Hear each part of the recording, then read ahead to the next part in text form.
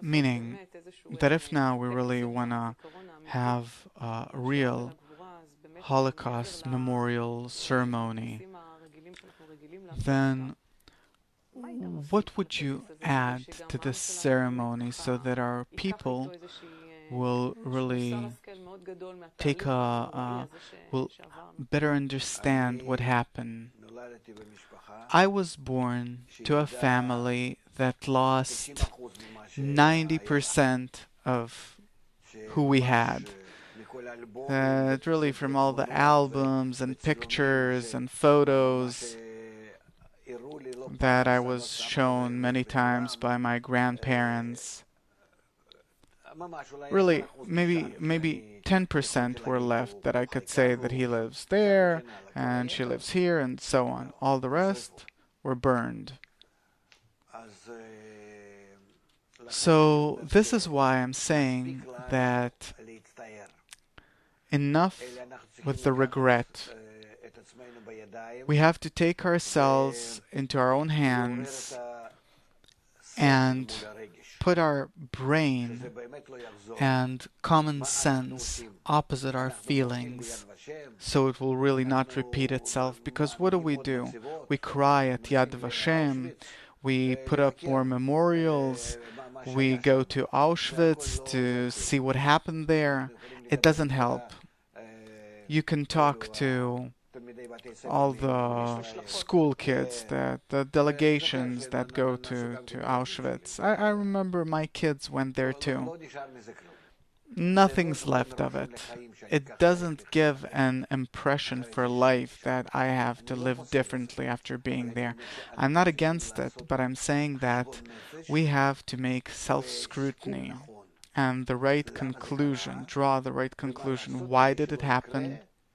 And what do we have to do so it won't happen again as a result of us being inside the system of nature where there works an unbreachable law which says that you, the Jews, have to come to connection between yourselves as a nation like Abraham did and like it was strengthened by Moses and all the kings of Israel, and only after that you have to show it to the nations. The very moment you start doing that work, even the tiniest step, you'll already feel how you're started to be treated differently. The anti-Semites will start understanding why did they hate you.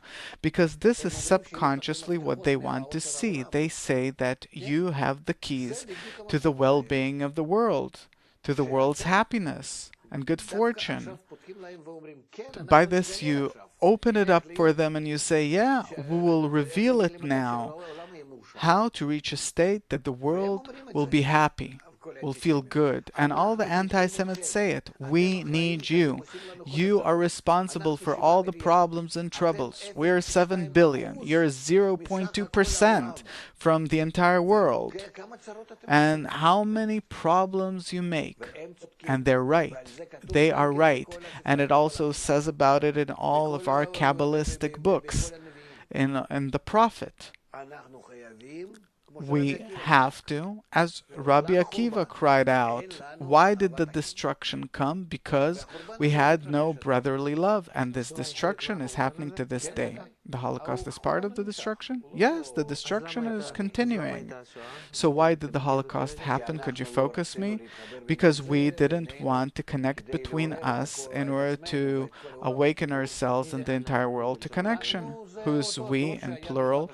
We are that same generation that lived during the Holocaust, which is also us. What do you mean they didn't want to connect? What did they have to do? They had to keep the Torah of Israel, where the general rule is love another as thyself. What are you exactly talking about? Assimilation? No, not assimilation. What do you mean they didn't keep the Torah of Israel? The Torah of Israel is love another as thyself, is the general rule of the Torah, the great rule of the Torah. And because they didn't keep it, there was the Holocaust? Yes. But it's a generalization because for sure there were people that kept it. No. From all the 6 million that lived in Europe, no one kept the rule of love another as thyself. What's the new precept or what? Do you know what was the situation back then? I didn't know them one by one, but there were. Let's take Mister. I'm not talking about a few Kabbalists that were there. It's something that the whole nation had to keep. So why argue? So this is what I'm saying. You are making a generalization. The law is a generalization for the entire people. Yeah, this is what I wanted to ask. We're not checking who was more or less righteous. The Jews as a whole didn't keep love another as thyself, and there was the Holocaust, and the righteous were killed first. Okay, so this is what I'm asking. You're making a generalization because the entire Jewish people back then did not keep love another as thyself, came a general blow to the entire nation with the righteous. Okay, so the diagnosis is they didn't keep love another as thyself, and this is the reason for the Holocaust. Yes. So where is God in all this? In the Holocaust, where exactly? What's his place? There's a big dispute in the people since then. I don't know about these disputes. No, in your eyes, it's clear. If it's clear, then explain. Where is God here? God is that force that destroys everyone. He destroyed? Is there anyone else besides him? We learned that there is none else besides him. As it says, Hear, O Israel, the Lord our God is one. There's none else besides him. So the Holocaust is a punishment? That it's not a punishment, it's a correction. You think that it's a punishment, it's a correction. If you didn't want to correct yourself in a good way, then you have to correct yourself in a bad way. So I want to see if I get it. You're telling that God tells the people of Israel, love thy friend as thyself is the great rule of the Torah. You didn't keep it. Here you have the Holocaust. That's the equation? Yeah? When you read the 5 books of the Pentateuch, isn't it the same all the time? With the man, with the spies, with the different things. He also says, do this, they don't. Comes a blow. So it means that we are, and this blow is not a blow, it's a correction. We look at it, we see it as a blow, but it's a correction. That they get these blows upon their ego, and that kind of straightens them out.